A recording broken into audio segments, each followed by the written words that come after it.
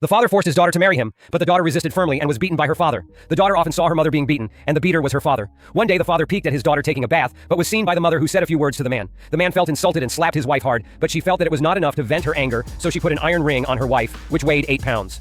Then, the man took his wife to the church. It turned out that the man was the priest of the church. He talked about his dissatisfaction with his wife every day, and instilled his own thoughts into everyone. The wife felt very wronged when she heard it. She remembered the violence of her husband against her, but she had the idea of suicide in her mind, and then left her position. Suddenly, a man appeared in the center of the church. Unexpectedly, his wife hanged herself.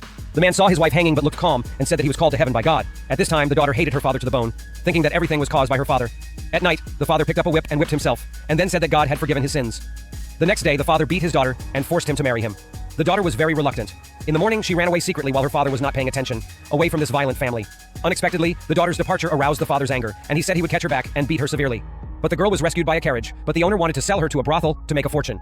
The owner's wife was very kind and pleaded many times to keep the girl, but the owner asked his wife to get out of the way and finally sold the girl to a brothel.